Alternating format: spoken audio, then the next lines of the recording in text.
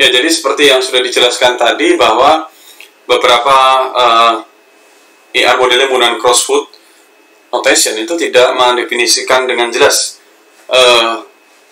mengenai definisi cardinality, ya, tetapi juga ternyata juga ada juga yang mendefinisikannya seperti berikut. Jadi di sini cardinality dituliskan 1,1, 1,4 itu artinya minimum. Kalau 1,1 itu artinya minimumnya adalah 1, maksimalnya adalah 1. Kalau 1,4 minimumnya 1, maksimumnya adalah 4, ya. Jadi yang sebelah kiri itulah minimum entity occurrence, yang sebelah kanan itu maksimum entity occurrence. Maksudnya apa?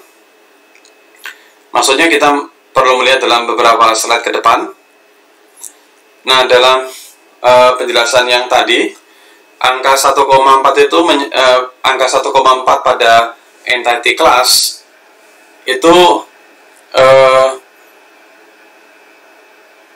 ada pada atau terlihat pada relationship profesor yang mengajar kelas. Jadi 1,4 di sini artinya adalah bahwa masing-masing profesor itu mengajar minimum 1 kelas, maksimum 4 kelas, ya. Jadi artinya profesor tidak boleh mengajar lebih dari 4 kelas. Kalau kita lihat di sini tadi, ya, profesor itu mengajar minimum 1 kelas, maksimum 4 kelas. Nah, ini penjelasannya ada di 2 slide ke depan. Nah, kita kembali ke slide sebelumnya. Nah, connectivity dan cardinality ini dimaksudkan misalnya untuk membatasi, misalnya kelas itu dibuka kalau minimal 10 siswa yang terdaftar atau maksimal 30 gitu, supaya tidak terlalu penuh, ya. Nah, biasanya hal ini diimplementasikan dalam application software atau dengan trigger, tapi tidak di cardinality ini tidak diterapkan di dalam tabel, ya.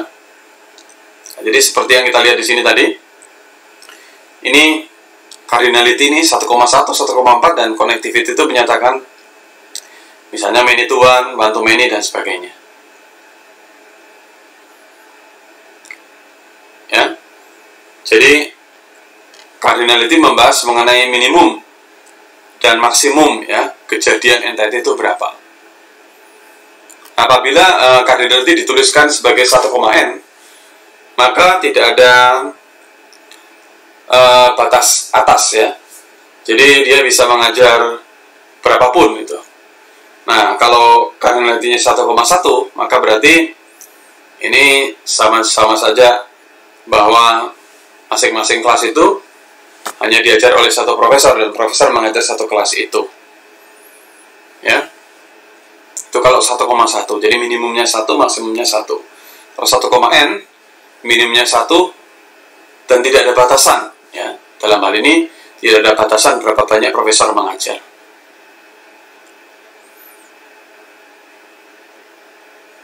Nah, ini tadi sudah dibahas, ini hanya mereview saja yang tadi sudah mengulang slide yang tadi, ya. Slide-nya sama tentang yang tadi supaya kita ingat kita sudah mempelajari hal tersebut, ya.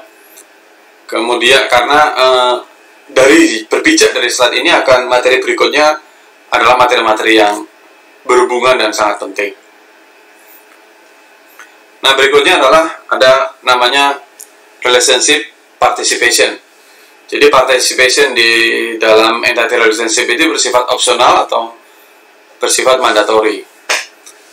Nah, relationship pada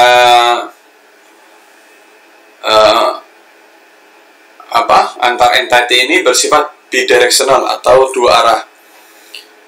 Misalnya, jika course itu berelasi dengan kelas, maka kelas ini juga berelasi dengan course. Jadi bersifat bidirectional.